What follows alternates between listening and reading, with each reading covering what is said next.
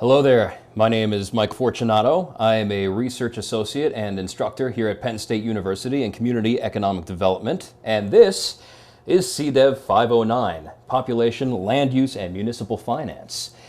It's an interesting course, and we're going to talk about how the course really plays out, but it's one of the most important courses that we offer here in the Cedev program because it gives you a fund of skills and a fund of knowledge, some important things that are good for community development professionals to master before going out there and really trying to say, hey, we're trying to make a difference in our community.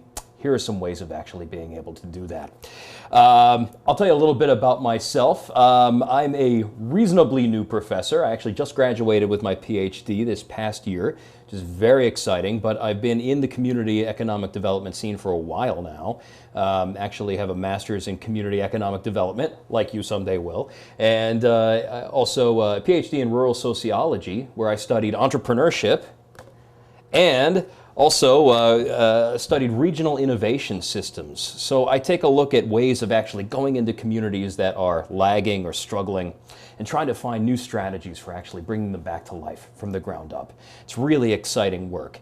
And it's very interesting too, because even though it's very creative work and involves a lot of big creative thinking, it's amazing how often you really have to put the meat and potatoes behind it, so to speak. Some of the numbers, figures, good planning, concise understanding of what's happening in the community before you can really make good targeted suggestions for where the community could go and how to appropriately engage with the population and work with them.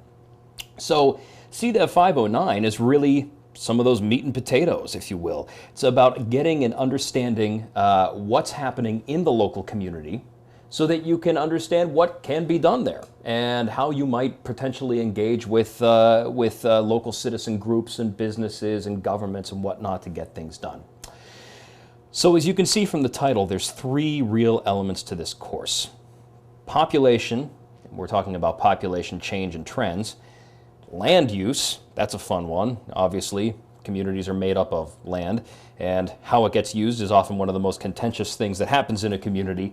And municipal finance, another very important element, because obviously most communities, and many communities certainly in Pennsylvania, where I am right now, finance has always been a large issue because finances are shrinking, and sometimes you have to get creative about the kinds of initiatives. As much as we'd all love to build a major stadium, sometimes the funding's just not there. So we need to understand sometimes what's happening with these three elements. And even though they're treated somewhat separately in the course, population change, land use change, municipal finance situation, we're going to find as we go through that they're extremely interrelated.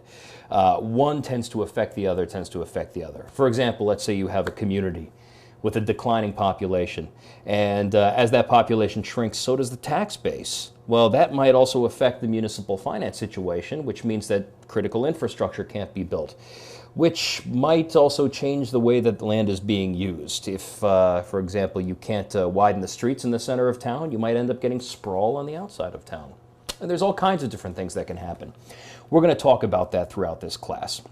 So once again, just to briefly recap, there will be three essential sections to the course: understanding population change, understanding land use change, and understanding municipal finance and how to manage it and present all these issues to governments and to agencies and to people you may be working with. But we also want to understand more holistically how community change comes about from any of these angles. And that's something that we're going to discuss openly.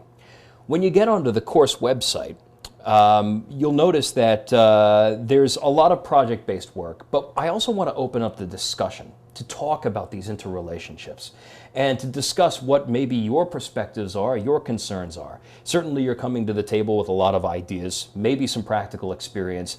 I'd love to hear all about that and see how we can relate this into the course. Part of the core philosophy of what we do here is that we want to learn from each other. And I think that's extremely important. I look forward to learning from you.